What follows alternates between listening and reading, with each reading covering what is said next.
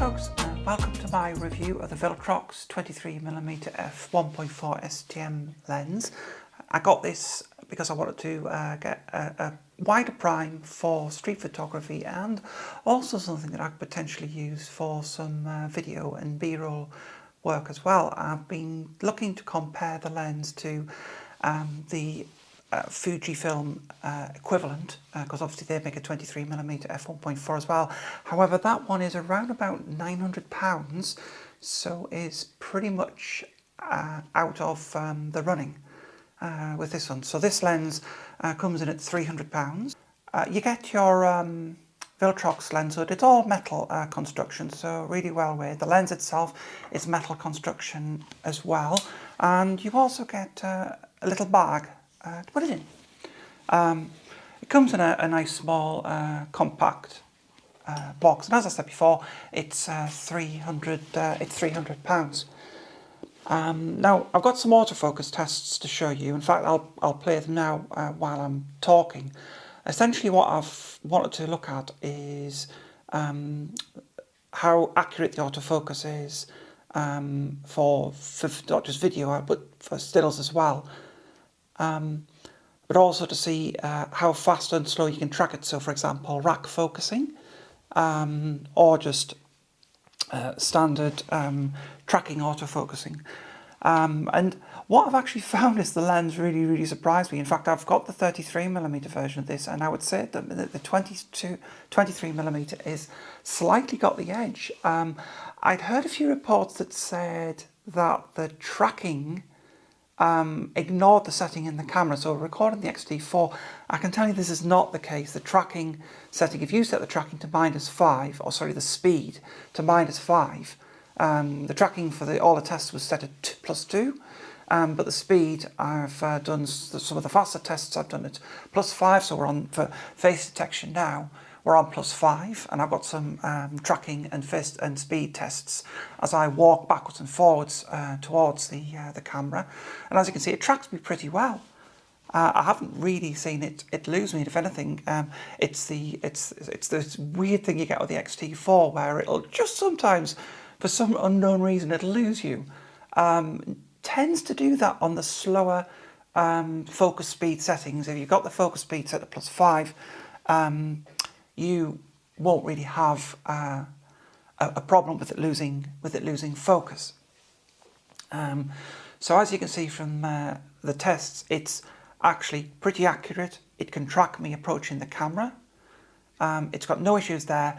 And when we've actually got the slower focusing and rack focusing tests, we can see that the camera has no problem locking onto multiple targets, whether I use touch focus or whether I use the tracking focus and literally just put the object in frame and get the camera to actually focus in on it.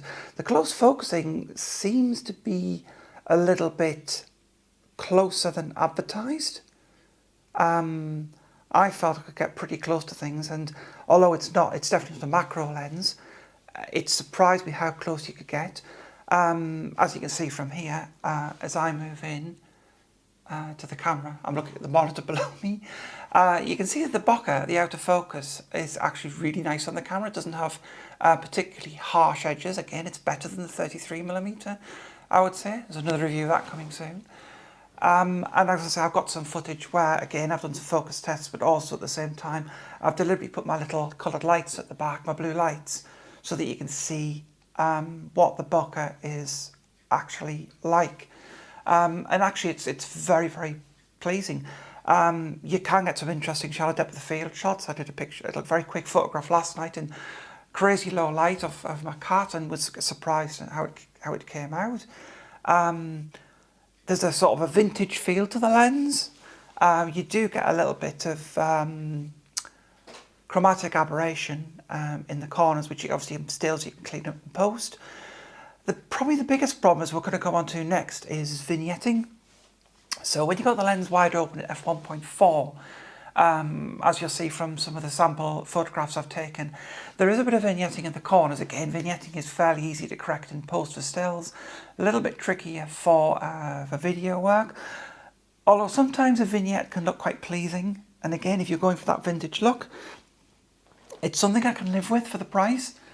It's, as far as I could say, it's not really a major problem. Stop down to f2.8, the vignetting's virtually gone. Stop down to f5.6, and the vignetting's gone completely. Sharpness, it's in the centre, very, very sharp. Wider open, you're going to get a little bit of softness in the corners, but again, as you stop down from 2.8 to f5.6, the sharpness in the corners improves, and the sharpness in the middle is just outstanding. I mean, the picture I took at f1.4, obviously because of the shallow depth of field, there's only a very small amount of whatever you're photographing in focus at a given time. But again, for the money, it's an incredibly sharp lens, and it's going to match. There's not a huge deal of difference between it and the Fuji lenses. Now, I only have... the closest lens I've got to compare to it is the 35mm f2 Fujifilm. That's the only Fuji lens I've got. I have obviously looked at sample footage online to get an idea of the sharpness, and I've obviously listened to some other people's opinions on the lens's sharpness.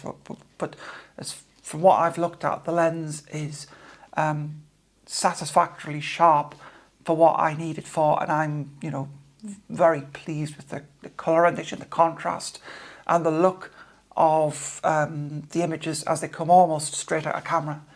And as I say, while I've been chatting about this, you'll have seen some of the examples that I have put up for you to have a look at. You can see what the sharpness is like, what the vignetting is like at the different focus distances.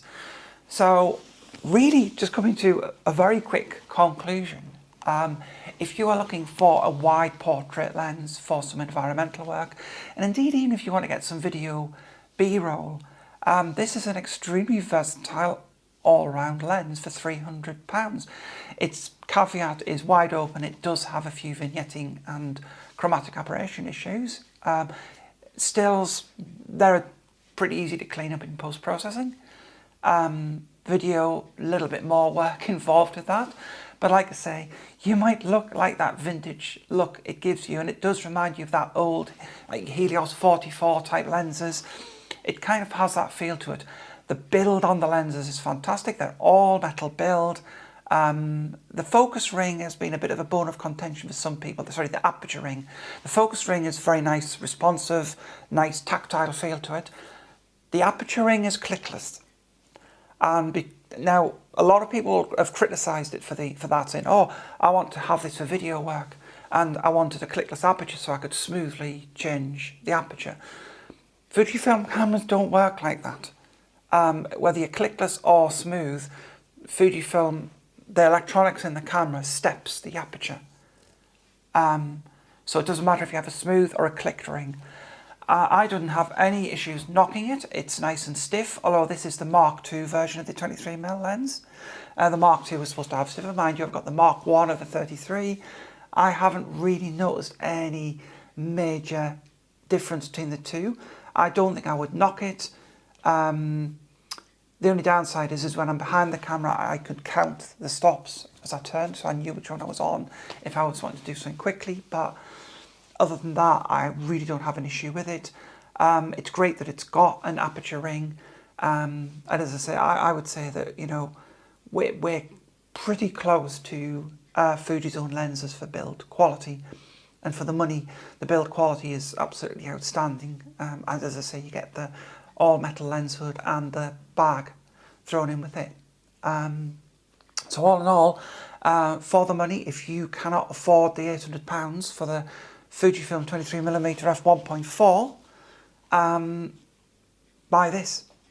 You can get the 23mm f2, super compact and weather resistant. That is one of the downsides of the Viltrox, is they're not weather resistant, but you can hardly complain for the money. The f2 23mm Fuji is a little bit more expensive. I think it's about £100–150 more. But all in all, this is a thoroughly recommended lens. I haven't had it very long, but what I have done with it, I've really enjoyed using it so far, and it's surprised me. Anyway, folks, thank you for watching. Don't forget, if you liked the video, please drop a like. Remember to subscribe and click the bell for notifications. I'll catch you all later. Happy New Year!